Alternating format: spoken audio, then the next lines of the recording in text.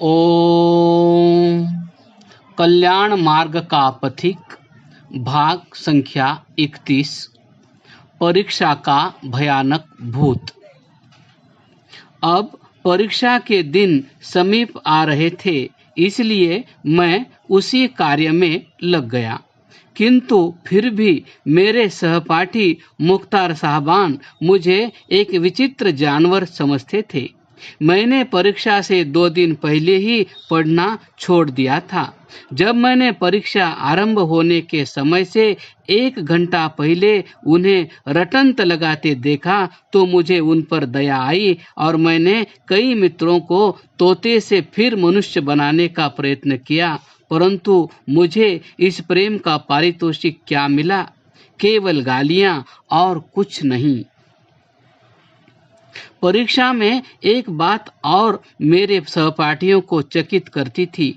मैं बराबर 3 घंटे के पर्चे का उत्तर तथा पुनरालोचन 1.5 घंटे में ही समाप्त करके चल देता था।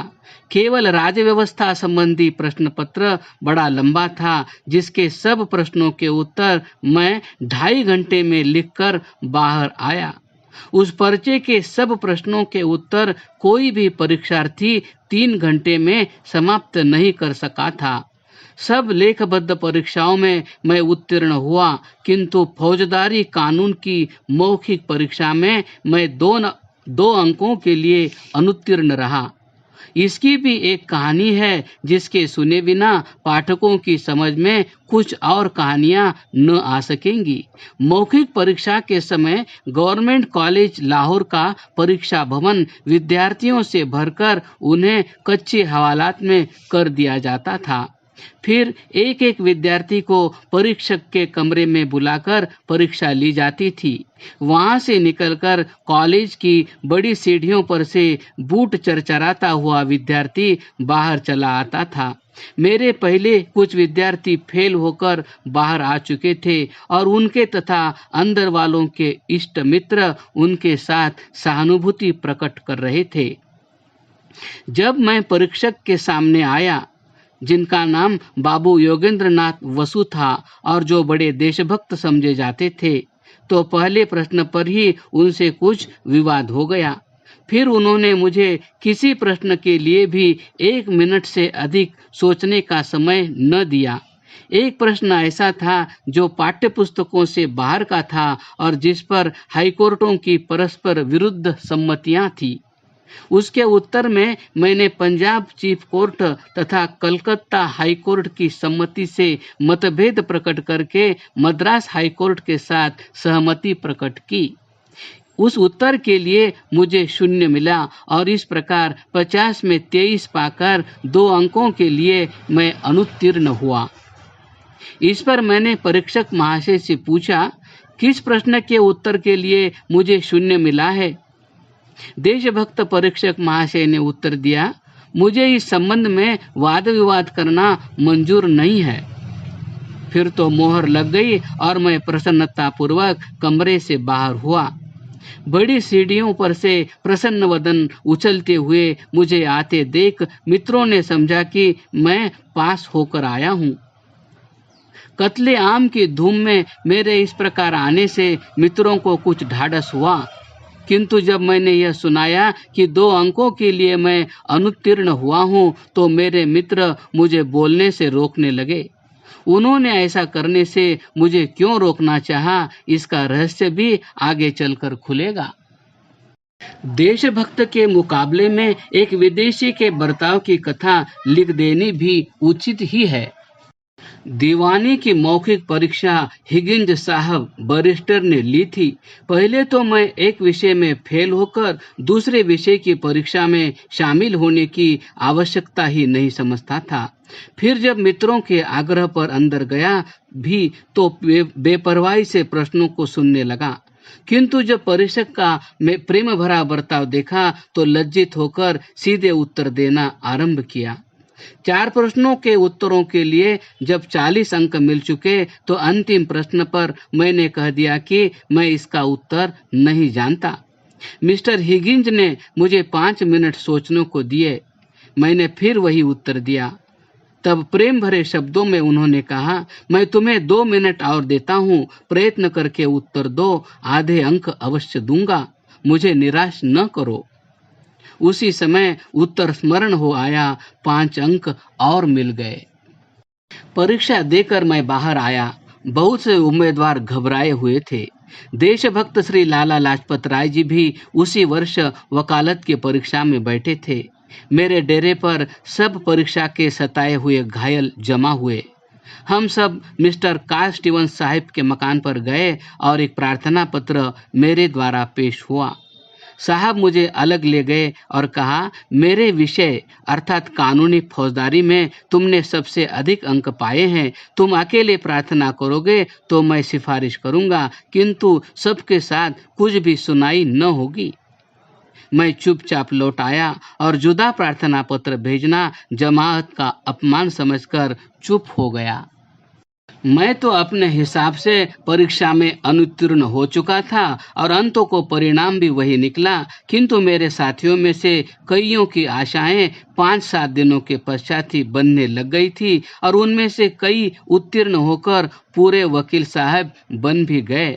यह कैसे हुआ और उस घटना का मेरे साथ कितना संबंध था, इसकी कहानी ही निराली है, जो लारपेंट गर्दी की कथा के साथ संबद्ध है। कलियुगी साधु। यहाँ पर यदि मैं एक नए मित्र के साथ संबंध होने का वृत्तांत न लिख दूं, तो लाहौर में इस वर्ष की कथा पूर्ण न समझी जाएगी। मेडिकल कॉलेज के मेरे बंगाली विद्यार्थी मित्र का एक युवक संबंधी घर से निकल गया था। उसके साधु वेश में अमृतसर में व्याख्यान देने का समाचार लाहौर पहुंचा। मैंने अपने साथ रहने वाले 2-3 व्यक्तियों को उनके साथ कर दिया। रात के समय सब उस विचित्र साधु को लेकर लौटे। मैं भी नए अतिथि को देखने गया तो एक काषाय वस्त्रधारी को नरेला पीते तथा हास्य विनोद में निमग्न पाया। मुझे सुनाया गया कि साधु जी ने पोटोहार और मांझा सारा रगड़ मारा है। रातों को मशाले जलवाकर खलियानों में जाटों को देशभक्ति में मस्त कर देते रहे हैं। अमृतसर में आप दरबार साहब के पास वृक्ष पर बैठकर अपनी व्याख्यान रूपी राम कहानी सुनाया करते थे। अंग्रेजी पढ़े साधु होने के कारण सरकारी गुप्तचर भी आपके पीछे लगे रहते थे। इन युवक साधु जी की उसी समय पुनरावृत्ति कराई गई। किसी ने श्वेत धोती, किसी ने कमीज और किसी ने कोट दिया और यह सब धारण कर साधु जी बाबू काली प्रसन्न चटर्जी का रूप धारण कर घर को चल दिए। यह वही काली बाबू हैं जिनके हंसाने वाले व्याख्यान लाहौर के अनारकली आर्य समाज मंदिर की शोभा बढ़ाते रहे हैं। काली बाबू रुला भी सकते हैं और लाहौर से बाहर के श्रोताओं को उन्होंने समय समय पर 8-8 आंसू रुलाया भी है, किंतु लाहौर के श्रोता उनको हास्य रस के अवतार के रूप में देखने के ऐसे आदी हो गए हैं कि उनकी बड़ी ही हृदय वेदक अपील पर भी हंस ही पड़ते हैं। काली बाबू के साथ मेरे द्वारा जालंधरियों का प्रगाढ़ प्रेम हो गया, जिसका वर्णन समय समय पर आवेगा। पौष संवत 1942 के प्रथम सप्ताह में मैं जालंधर पहुंचा। पिताजी ने मुझे पहले ही लिख दिया था कि मेरे जालंधर लौटने पर वह पेंशन लेने आएंगे और मुझे अपने साथ तलवन ले जाएंगे। पिताजी के उतरने का प्रबंध मुंशी कन्हैयालाल की नई कोठी में किया गया। जालंधर पहुंचने पर ज्ञात हुआ कि स्थानीय आर्य समाज का साप्ताहिक अधिवेशन रात को हुआ करता है। सायंकाल तक मेरे पिताजी न आए। रास्ते में उन्हें देखने के लिए एक आदमी बैठा कर मैं समाज के अधिवेशन में सम्मिलित हुआ। मैंने ईश्वर प्रार्थना के पश्चात एक उपदेश दिया और वेदी से उतरकर अभी बैठा ही था कि भृत्य ने आकर पिताजी के पहुंचने की सूचना दी। मैं उसी समय भागा और पिताजी की मझोली के रेल के फाटक के पास जा पकड़ा। नमस्कार करके पाद स्पर्श किया। पिताजी ने पूछा, क्या समाज का अधिवेशन समाप्त हो गया? मैंने कुछ संकोच से उत्तर दिया, केवल भजन और आरती रह गई थी। आपका आगमन सुनकर भाग आया। पिताजी ने बड़े प्रेम भरे शब्दों में कहा, क्या जल्दी थी? समाज का अधिवेशन समाप्त करके ही आना चाहिए था। मुझे इन शब्दों ने कुछ विस्मित सा कर दिया। कहाँ तो पिताजी मेरे तलवन से चलते समय मूर्ति के आगे चढ़ावा चढ़ाने से इनकार करने पर इतने रुष्ट थे, और कहाँ यह कृपा और प्रेम। कुछ समझ में न आया, किंतु दूसरे दिन सारा भेद खुल गया क्रमशः।